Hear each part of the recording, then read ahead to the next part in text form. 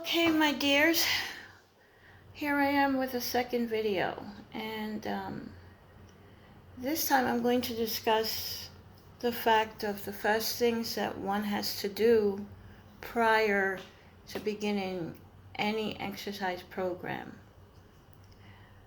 The first thing you have to do is go to your physician and have a thorough checkup. Meaning you want your physician to check every single area of your body. You'd like him to thoroughly check, for instance, your BMI equals your body mass index. There's a device, they wrap it around your upper arm and they'll check that. You would like him to check your heart, to find out the beats, and that may mean you will have to go on a treadmill to find out how your heart is beating per second. And you would also like him to check your blood, because you'd like to find out your blood type is really crucial as well. But in checking your blood, you'd like to find out your levels of sugar. You'd like to find out whether you have diabetes or predisposed to having diabetes, hypertension, because also certain situations, one's hypertension can increase. Stress will increase it. Certain types of food. If you have diabetes, that can also increase your hypertension. Even the weather can affect one's hypertension. So you'd like your physician to test every single situation in your body. Nothing should go unchecked. And after that, while you're waiting for your physician to give you the green light to go ahead and do your workouts, you can begin the process of eliminating carbs from your nutrition. Meaning breads, pastas, flour, of course, sugar, of any type of sugar, even honey. I know some people are predisposed to having some honey in their coffee or their tea, but you should give up all the sugar and the salt as much as possible. It's a challenge, but you can do it. I had to do it because I had diabetes, I had hypertension, and it was very difficult for me because I loved sweets, especially chocolate. Oh, Godiva chocolates were my favorite. Oh my gosh. I would purchase it in boxes of it, and just in one sitting I could probably finish up 30 pieces of chocolates. And I'm not kidding. And the same thing with sodas. I would tell myself that I needed a bottle of soda to get through the day, especially Pepsi or Coca-Cola. People don't realize that food and sweets and even salt and carbohydrates can be just as addictive as drugs or liquor. It's just a matter of people's choices in any of the above that I just named. And in the meantime, while you're waiting for your physician to give you the green light to work out, you can begin walking.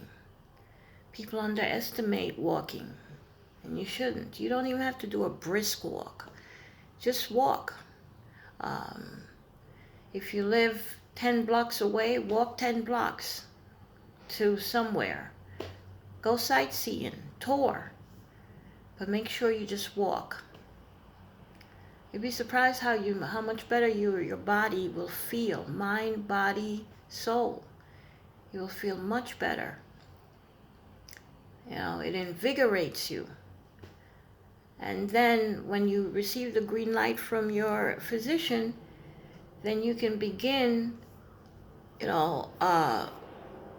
nutrition exercises. And when I say that, is that you begin to eliminate certain things, as I stated previously, from your nutrition. Some people choose to see a nutritionist, which is always good if you're able to afford it. But for those that aren't able to, then there's the internet. There are books that can teach you. And then you begin to practice portion control.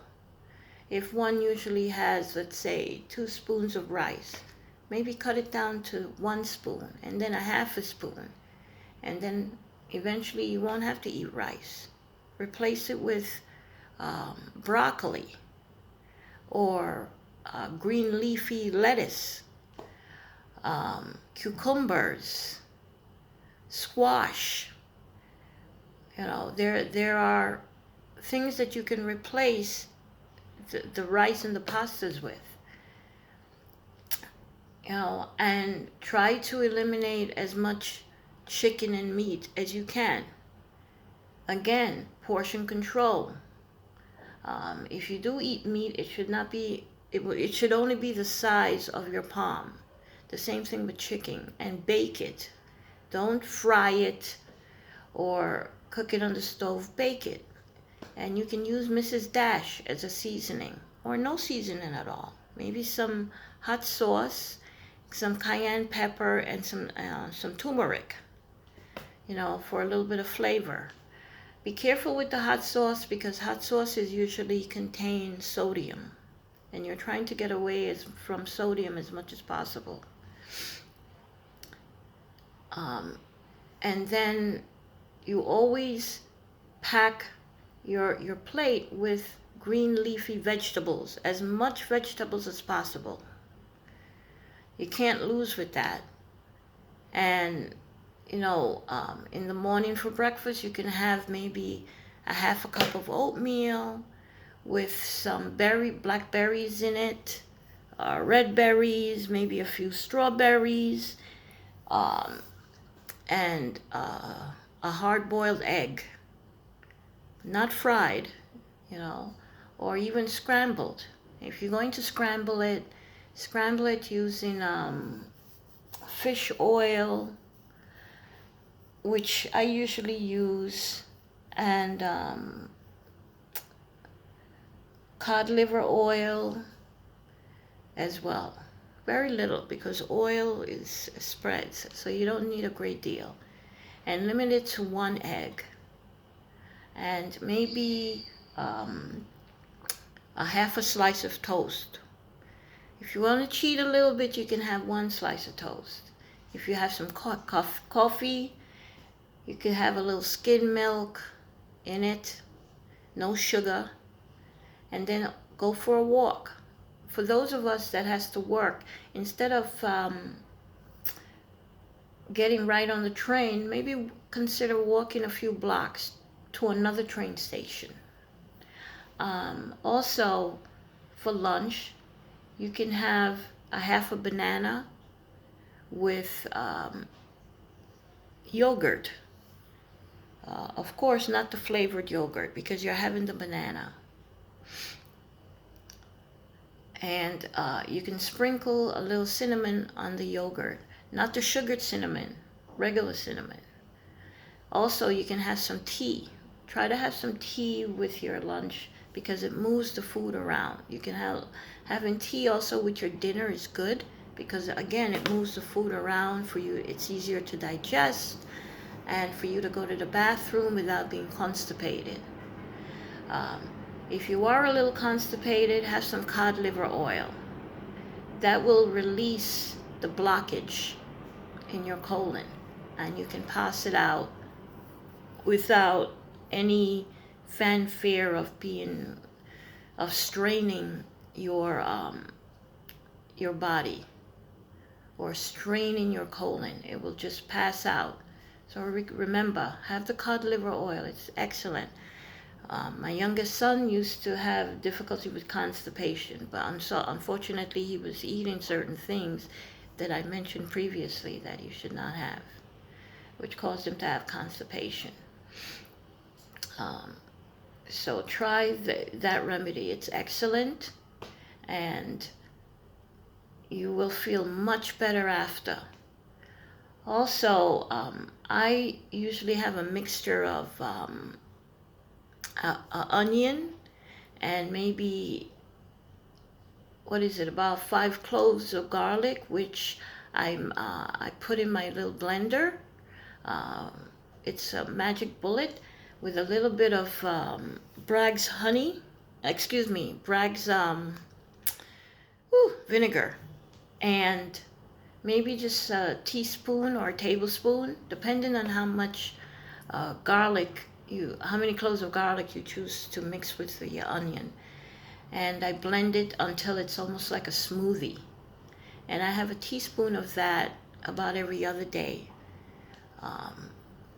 That also, for me, because I'm not a physician, but I am a personal trainer, and for me, it helps me immensely to bring my pressure down. I also used bitter melon. That's also excellent. And to this day, I still use that, because there was a point the physicians were trying to throw me on insulin. And I say throw because I felt like I was being harassed into taking the insulin. And in truth, for a minute, I did. And, my thing was, if it's supposed to make me feel better, why wasn't I getting better? I had to ask myself that, because I wasn't getting better. I felt actually worse after taking the insulin. So I ceased taking the insulin on my own, and I began to ride the bike, go to the gym regularly, or jog outside, or go on the rower. And as I stated in my previous video, my son purchased a rower for me. Prior to that, I would use the rower in the gym. And then, of course, the pandemic hit. So I had to alter my exercise routine to fit the new lifestyle of living under a pandemic. So I invested in a bike, my son purchased a rower, and I also invested in a boxing bag, which is great because I love boxing. But I love working out. So depending on one situation, if you have your own place, and if you have a room where you have some space, invest in at least a bike. It's really great because you just get up there and you just pedal. You can start out doing 5 minutes and then increase it gradually. And try to get out, do that walking, do that jogging. If you don't feel like doing the jogging, do the walking. But do it every day, consistently. You can do it 7 days a week, because you're not walking for 2 hours. An hour, a half hour, an hour of walking is great. You'd be surprised what you accomplish in that half hour or hour worth of walking or jogging, and how great you feel mentally, physically, in every possible way. You'll feel great.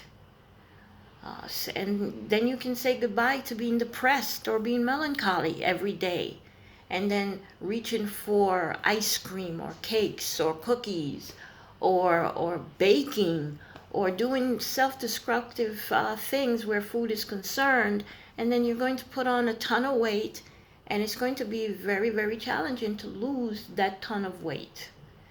And you don't want that for yourself.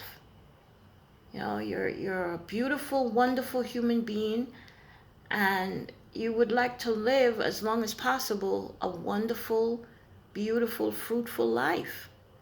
I always have this motto: live fit to fight for a good life. And that's necessary.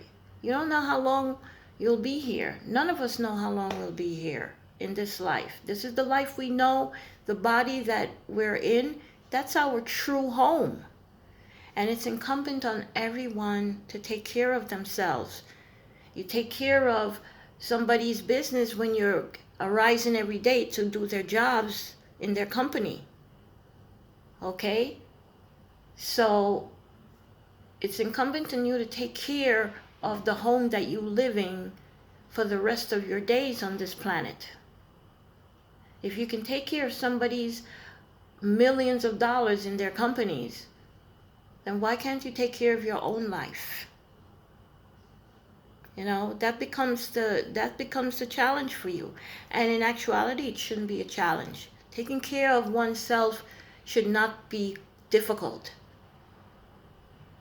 You know, because that's who you are. That's your body. That's your real estate. And your real estate is precious. You know, don't diminish your real estate by neglecting yourself. And on that note, subscribe. I really hope and pray everyone enjoys my videos. Of course, you know what I look like, so if I put up photos now, it's not such a big deal. And if I don't put up photos, it's not such a big deal either. Again, like and subscribe, and have a wonderful evening this Sunday night. I pray that everyone is safe, your families are safe for the new year, and have a prosperous one. Good night.